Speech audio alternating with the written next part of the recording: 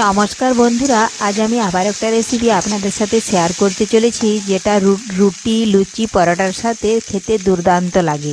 চলুন তাহলে শুরু করি। আজ বানাবো আমি আলু কুঁদরি ভাজা একসাথে। তার জন্য দেখুন, কুঁদরি আমি আগে থেকেই লবণ আর হলুদ মাখিয়ে এক সাইডে রেখে দিয়েছি। আলুতে কিন্তু মাখাই না, কারণ আলু অনেকটাই নরম। এজন্য আমি ওটা 15 মিনিট আগে মাখিয়ে রেখেছিলাম। এখন আমি ভাজবো, এজন্য কুঁদরি আর আলুর সাথে দেখুন আমি মিশিয়ে দিলাম। এখন একসাথেই লবণ হলুদ দেখুন মাখানো হয়ে গেছে। এ দেখুন, আর কুঁদরি অনেকটাই শক্ত, এজন্য ওটা আমি 15 থেকে 20 মিনিট আগে মাখিয়ে রেখেছিলাম লবণ হলুদ।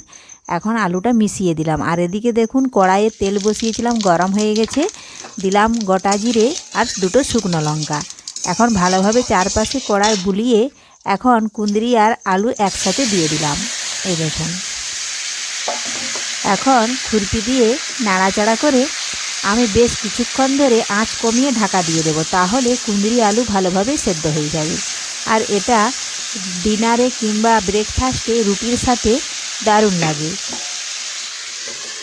এ দেখুন, আমি ঢাকা দিয়ে দেবো বেশ কিছুক্ষণ।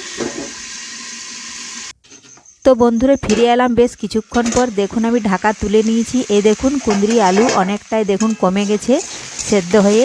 একটু নাড়াচাড়া করে নিলাম। দেখুন কত সহজেই রেসিপিটি বানানো হয়ে গেল। ভিডিওটি ভালো লাগলে লাইক দিয়ে পাশে থাকুন ও বন্ধুদের সাথে শেয়ার করে দিন।